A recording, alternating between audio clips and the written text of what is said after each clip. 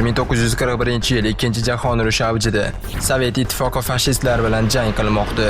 Ammo shu paytda bir ayol Antonina Makarova dushman tomonga o'tadi. U nafaqat xoin, balki haqiqiy qotilga aylanadi. Uning vazifasi oddiy asirga tushgan sovet fuqarolari, ya'ni o'z vatandoshlarini o'ldirish. Har kuni sovuq qon bilan Antonina bu ishni urush tugaguncha davom ettiradi. Uni ushlash uchun esa KGBga 30 yil kerak bo'ladi. Har doimgidek videoni mavzuga aloqador savol bilan boshlayman. Savol: agar bir xoin o'zi tirik qolishi uchun minglab vatandoshlarni o'ldirgan bo'lsa, uni kechirish mumkinmi? Variantlar: 1. Yo'q, bu hech qachon kechirilmas. 2. Agar majburlikdan bo'lsa kechirish mumkin. 3. Agar chin dildan tavba qilsa kechirish mumkin. 4. Bu savolga javob berish qiyin. Qaysi biri adolatli hukm deb o'ylaysiz? Shaxsiy fikringizni albatta kommentariyaga yozing. Ba'zida insonning taqdiri kutilmagan burilishlar bilan to'lib toshgan bo'ladi. Ba'zida esa bu burilishlar odamzodni dahshatga soladi. 1920-yillarda oddiy rus qishloqlarida tug'ilib o'sgan Antonina Parfyonova ismli qizaloqning hayoti ham aynan shunday og'riqli va g'ayrioddiy yo'nalishda kechadi.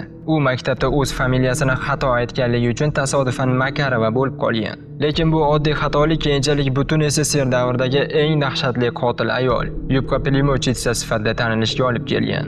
Ikkinchi jahon urushida xoinlar ko'p bo'lgan, lekin hammasi ham taniqli emasdi. Antonina Makarova vatanni sotibgina qolmay, minglab vatandoshlarini, erkak, ayol va bolalarni o'ldirgan. Eng qiziq tarafi, xoinlik qilib u mazza qilib yashamagan. Hozir vatanini va o'z vatandoshlarini urushda parod qilgan yubka kiygan yirtqich haqida gaplashamiz. Agar ekranda yozuvlar chiqib qolsa, subtitrni o'chirib qo'ying, fikr bo'linmaydi. Faqat siz uchun mehnat qilyapman, shuning uchun videoga like bosing va xarizmatikka obuna bo'ling, shu yetarli. Afsuslanmaysiz.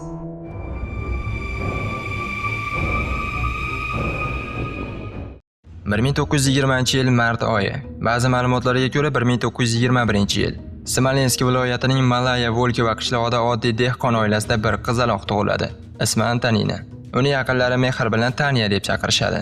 Antoninaning oilasi Parfyonovlar oddiy qishloq aholisi edi. Maktabga borganda u juda uyalchan qiz bo'lgani uchun familiyasini aniq ayta olmasdi. O'qituvchi undan 2 marta so'radi: "Familiyang kim, qizim?" Qizcha ovoz chiqarmay turib qoldi. Shu payt bolalar Makarova deb baqirishdi. Ya'ni otasining ismi Makar edi. Rus qishloqlarida bolalarni ko'pincha otasining ismi bilan chaqirish odat edi. Yangi kelgan shaharlik o'qituvchi bu odatni bilmagani sababli qizni Antonina Makarova deb ro'yxatga oldi. Shundan keyin rasmiy hujjatlarda hamisha shu ism bilan yurdi, garchi asl familiyasi Parfyonova bo'lsa-da. Urush boshlandi.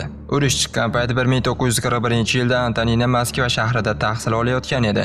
Urush boshlanishi bilan u minglab yoshlar kabi armiyaga ko'ngilli bo'lib yozildi.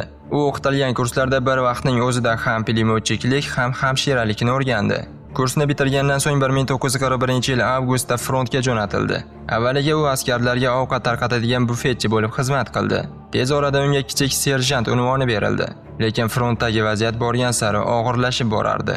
U 170 o'qchilar diviziyasiga tayinlandi. 1941-yil oktyabrda Vester va Bryansk fronti dushman tomonidan o'rab olindi. Bu tarixda Vyazemka halqasi deb nom olgan. O'sha halokatli jangda Antonina bir necha askar bilan birga nemislar qo'liga asirga tushdi. Nemislar maydonda oddiy lager qurib asirlarni ushlab turishdi. U yerdan qochib ketish shunchalik qiyin emasdi. Ko'pchilik qochib ketgan. Shu qatorda Antonina ham bir askar bilan qochadi. U askarning ismini aniq eslay olmaydi. U yo Sergey yo Nikolay bo'lgan. Umidsizlik va aldangan muhabbat ila Antonina o'sha askar bilan birga yo'l yuradi. Ko'p hafta davomida ular birga yashab, bir-biriga yaqinlashadi. Antonina bu yigitga yurakdan oshiq bo'lib qoladi. Ammo yigitning o'z qishlog'iga Bryanskdagi Qizil quduq nomli joyga yetib kelgach, noxush haqiqat oshkor bo'ladi. U allaqachon uylangan va farzandlari bor edi. Antonina unga keraksiz bo'lib qoladi. Yolg'izlik, umidsizlik va ruhiy bosim ostida Antonina boshpana izlab tentiraklay boshlaydi. Uni bir ayol uyga olib kirdi, lekin oradan ko'p o'tmay uni haydab chiqaradi. Nega? Balki eri uchun janjallashgan, balki boshqa sabab bo'lgan. Shundan so'ng Antonina tirik qolish uchun qishloqdan qishloqqa yurdi. Ba'zida ovqat yoki aroq evaziga tanasini erkaklarga, dehqonlarga, politsiyachilarga berdi. Uni vaqtincha o'z uyiga olib kirganlar orasida yaxshi niyatdagi odamlar bo'lmagan. Lakot xoinlar posyolkasida uzoq yurishlardan so'ng Antonina Lakot degan katta posyolkaga yetib keladi. Bu joyda urush yillarida g'ayrioddiy voqea ro'y bergan edi.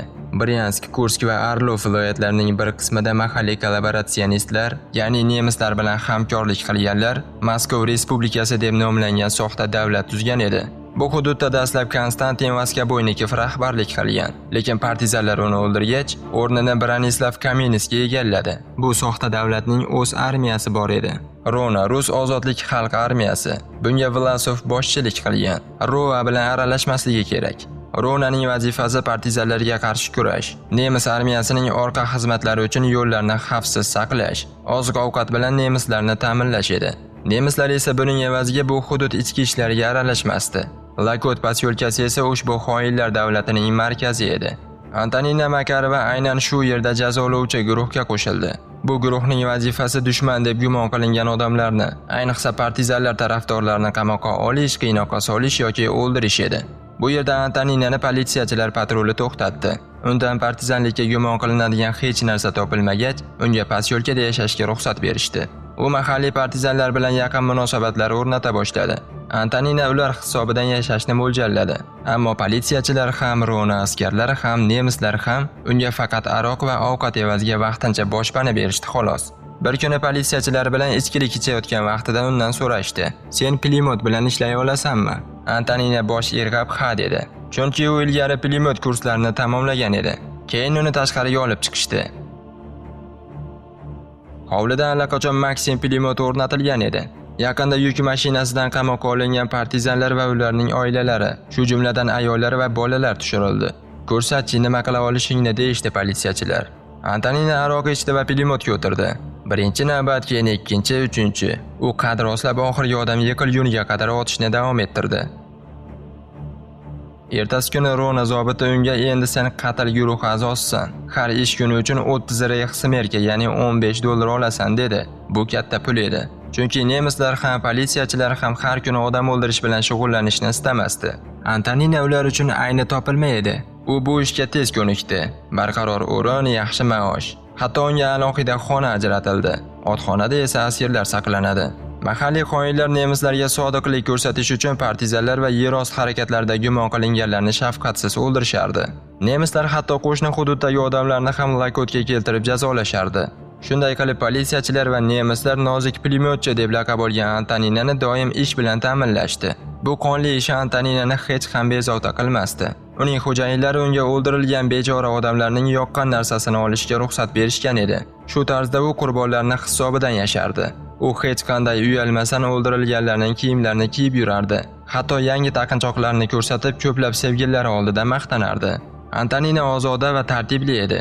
U har doim pulemyotini tozalab, moylab yurardi. Ish quroli har doim tayyor bo'lishi kerak edi. U yana va yana qatl maydoniga chiqardi. Sobiq yurtdoshlarini, erkaklar, ayollar, qariyalar va hattoki yosh bolalarni o'ldirish uchun. Umumiy hisobda nozik pulemyotchining qurbonlari soni 1,5 ming kishiga yetdi. Ularning hammasi vatandoshlari edi. Bir necha kichik bolalar omon qolishga muvaffaq bo'lishdi. Ularning ota-onalari ularni tanasi bilan to'sib olgan edi. Odatda Antonina tirik qolganlarni pistolet bilan yakunlagan. Ammo o'sha safar nimadandir chalg'igan va tirik qolgan bolalarni mahalliy odamlar yashirib, keyin partizanlarga yetkazishgan. Hudud ozod qilingach, partizanlar Makarovani tanib olishdi. U haqida hammaga ma'lum bo'lib ulgurgan edi. Unga qarshi ov e'lon qilindi. Ammo unga yaqinlashishning iloji bo'lmadi. Antonina ehtiyotkor edi.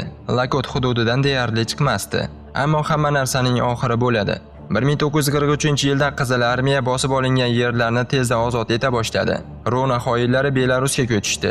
Antonina ham ular bilan ketmoqchi bo'ldi, lekin sifilisga chalinganligi sababli kasalxonaga yuborildi.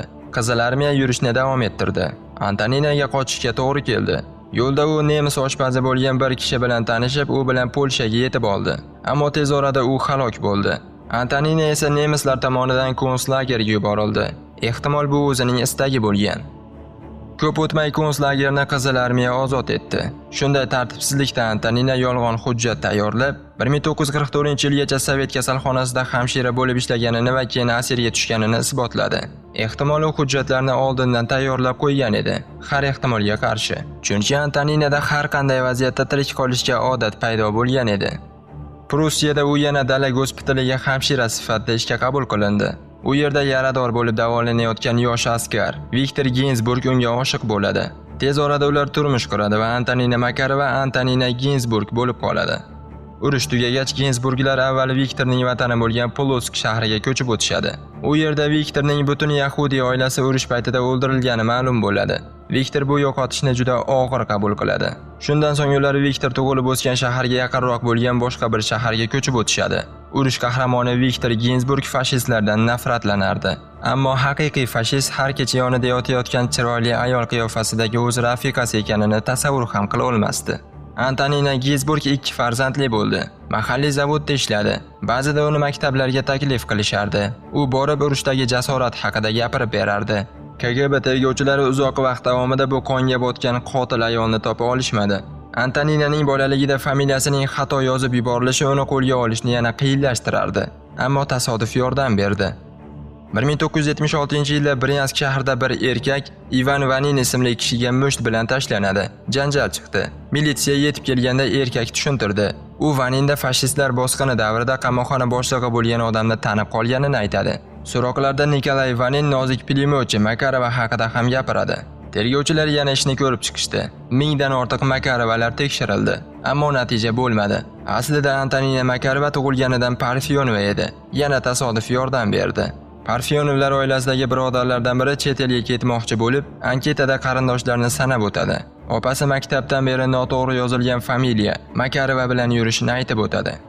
KGB buni payqab qoladi va endi tug'ilganlik guvohnomalari emas, maktab va komsomol hujjatlari asosida qidirishni boshladi.